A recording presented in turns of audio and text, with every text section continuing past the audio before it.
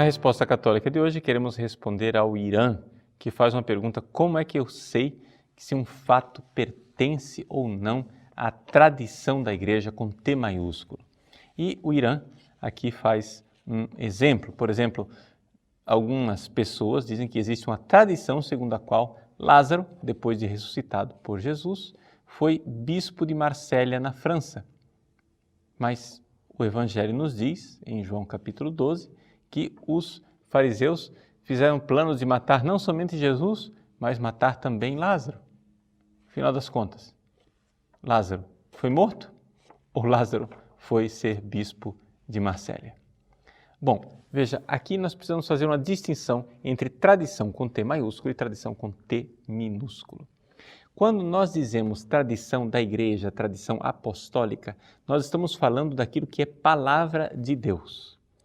Portanto, existem duas formas de transmitir a palavra de Deus ao longo dos séculos. Uma forma é as Sagradas Escrituras, outra forma é a Sagrada Tradição. Então, essa tradição com T maiúsculo, ela não é uma tradição que se refere a fatos, a não ser que esses fatos sejam essenciais para a fé. Ou seja, a tradição que é a palavra de Deus, ela é uma transmissão daquilo que é a fé, que é a moral da Igreja, que é os acontecimentos salvíficos de Cristo.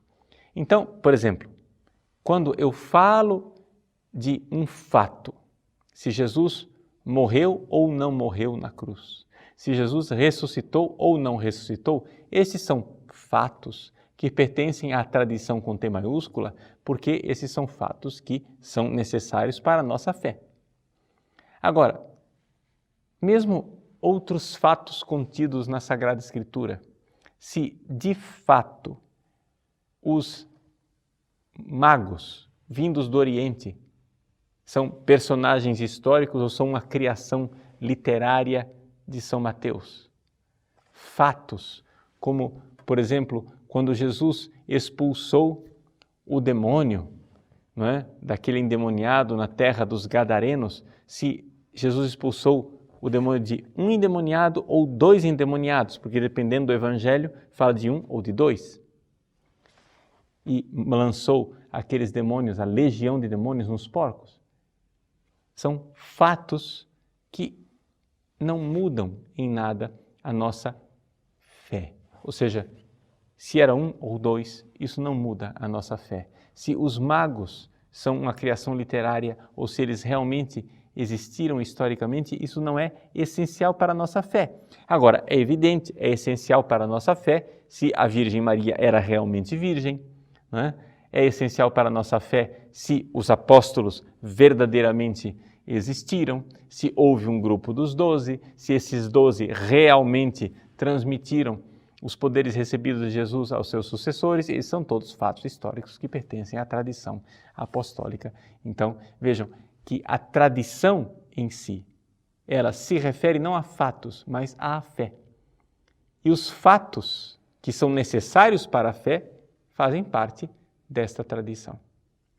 Os outros fatos podem ser considerados tradição com T minúsculo, ou seja, são fatos que nós cremos ou não, que existiram ou não. Vou dar um exemplo muito concreto de um outro fato. Historicamente, quem foi que compôs o Evangelho de São João? Foi realmente o discípulo amado chamado João? Ou foi redigido o Evangelho por pessoas que depois fizeram uma assinatura, digamos assim, de São João? Porque, na verdade, o Evangelho não é assinado. Em lugar nenhum, o Evangelho diz que foi escrito por São João.